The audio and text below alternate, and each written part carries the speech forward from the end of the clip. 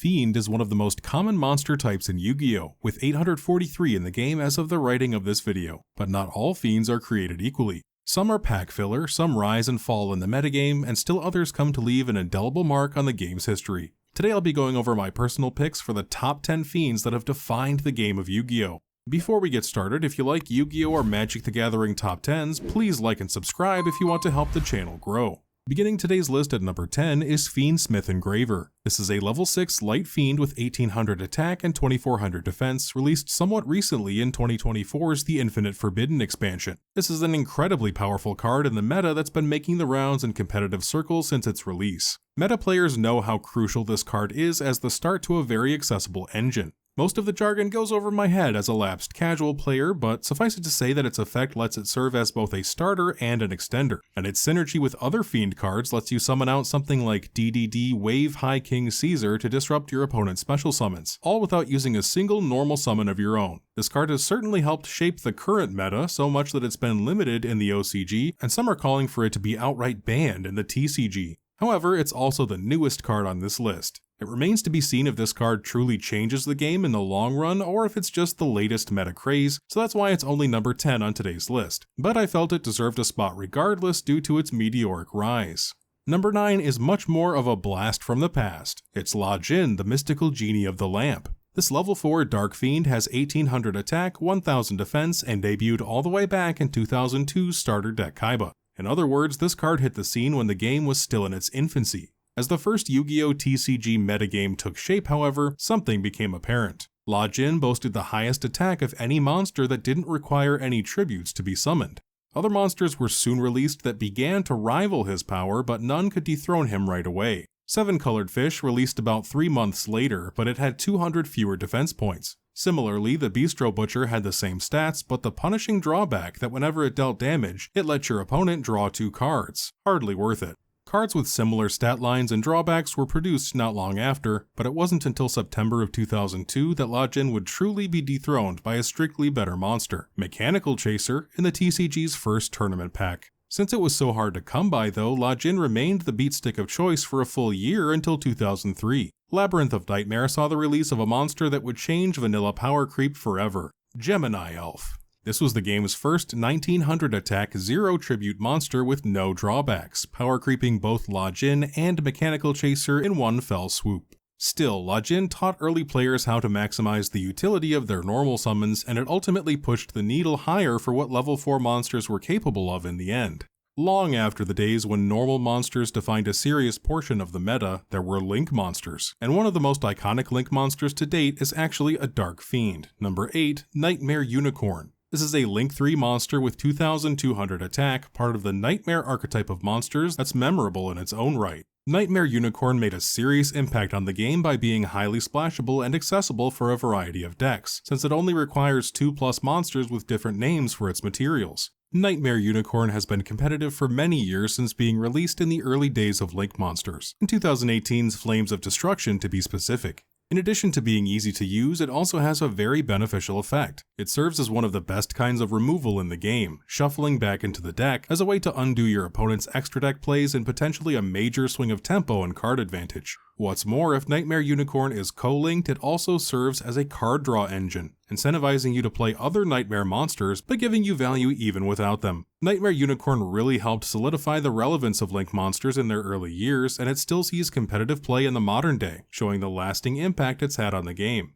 The next Fiend on today's list harkens back to the days of Yu-Gi-Oh! GX with number 7, Tragoedia. This monster's name means tragedy in Latin, and it's based on the main antagonist from the Yu-Gi-Oh! GX manga who was driven to seek revenge against the pharaoh in ancient Egypt. This level 10 Dark Fiend sports question marks for stats and has a lengthy effect. It can be special summoned when you take battle damage, gaining 600 attack and defense for each card in your hand. You can also discard a monster card to target a face-up monster your opponent controls with the same level and take control of it. Additionally, you can target a monster in your graveyard to have Tragoedia become that monster's level until end of turn. Tragoedia technically released in 2009 as a promotional card, but saw its more public debut in 2010's Turbo Pack Booster 4. So while the character originated in the GX manga, the card actually came out in the 5Ds era. Tragoedia was a classic battle phase surprise in the years when the extra deck was just starting to cement its chokehold on the metagame. It released in time to shake up how people summoned ritual monsters back when those were still more of a thing, as well as making it easier to perform synchro summons. But Tragoedia really got a chance to shine with the release of Xyz monsters a year later.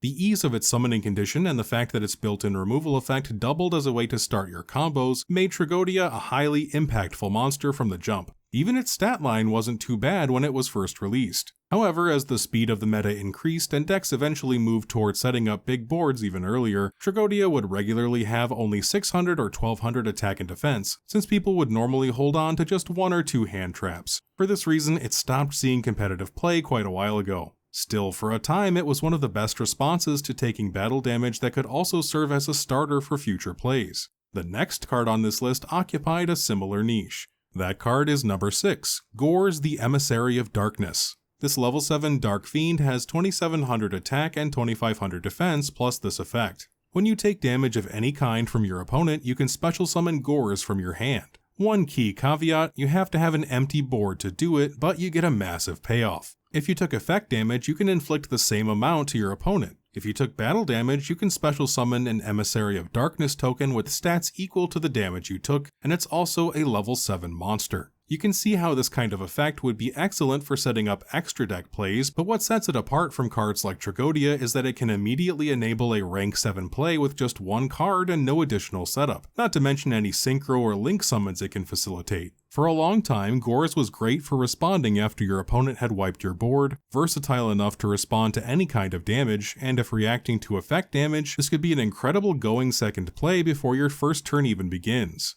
Historically, Gorz worked well in decks that otherwise kept an empty field anyway, such as chain burn strategies. Aside from being an excellent card, Gorz quite literally changed how the game was played for a while, in that it forced players to alter how they attacked. Put simply, players were incentivized to attack first with their weakest monster and end with their strongest one. Otherwise, if a player attacked first with their strongest monster, the Emissary of Darkness token summoned from Gorz's effect would be too strong for the other monsters to beat over. Attacking from weakest to strongest either ensured an opponent ate a lot of that potential damage first to get the most value out of their Gorz, or potentially forced them into summoning something that could be beaten over. Gorz has fallen out of favor somewhat in the last couple of years, but was still part of competitive decks as recently as 2024.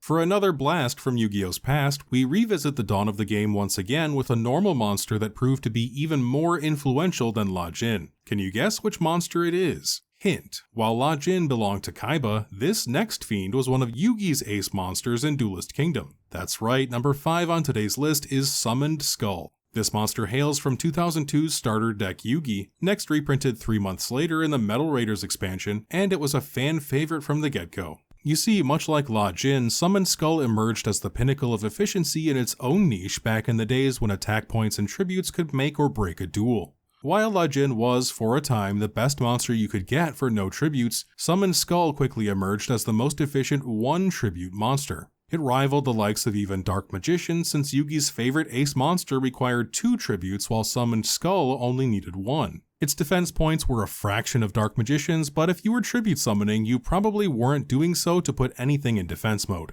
Indeed, Summoned Skull thrived in early beatdown strategies. Its efficient stat line remained unrivaled until 2007 with the release of Frostosaurus in Strike of Neos, another level 6 monster with just 100 more attack points. Believe it or not, Summoned Skull has seen some renewed experimentation alongside Fiendsmith Engraver this year, showing that if even competitive players can find a way to include this gem from Yu-Gi-Oh's yesteryear, they will. The classics don't stop there though. In fact, the rest of the cards in this video are all at least somewhat dated compared to the likes of Knightmare Unicorn and Fiendsmith Engraver. Number 4 is a bit different, a tie between 2 monsters, Vanity's Fiend and Majesty's Fiend. The former is a level 6 Dark Fiend with 2400 attack, 1200 defense, and an effect that prevents both players from special summoning monsters. It debuted in 2006's Cyber Dark Impact. Majesty's Fiend, which appeared much later in 2014's Primal Origin, is a light fiend with 200 fewer defense points, and it stops either player from activating monster effects.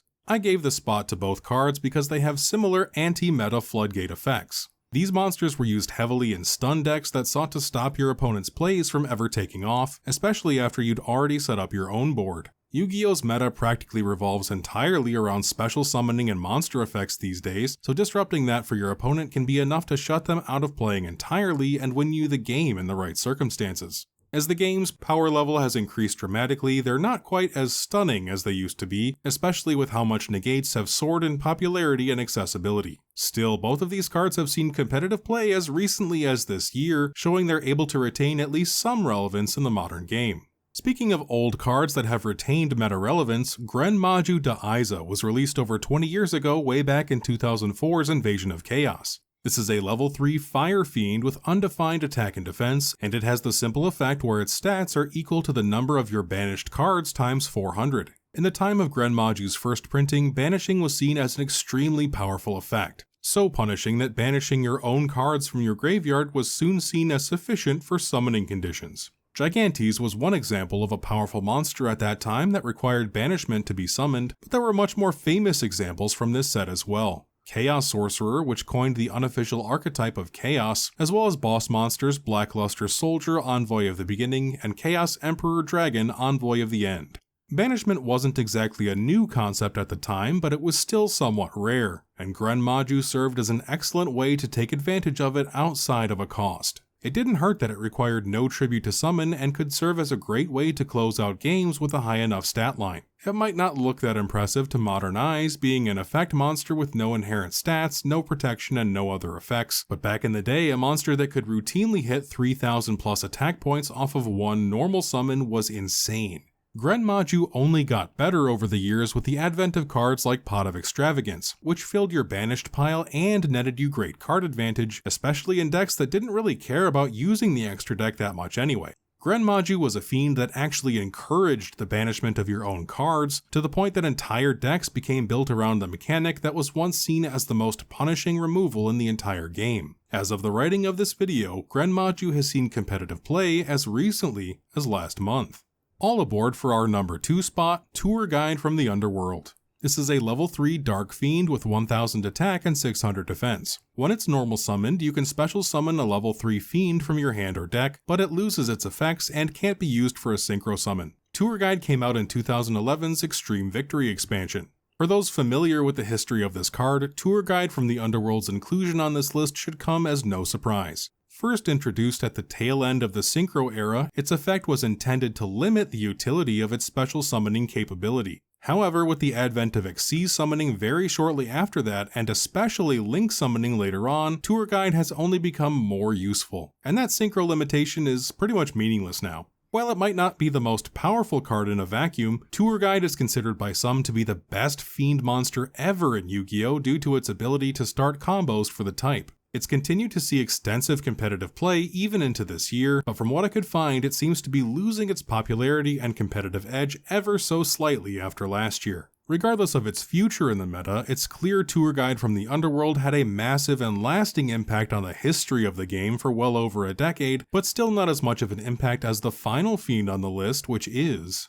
number 1, Kuriboh. For those who might be unfamiliar with Kuriboh's game, allow me to explain. It's Dark Attribute level 1 with just 300 attack and 200 defense. So why did it even see play in an era when attack was king? Well, it has an effect that lets you discard it to neutralize all battle damage from an opponent's attack as a quick effect.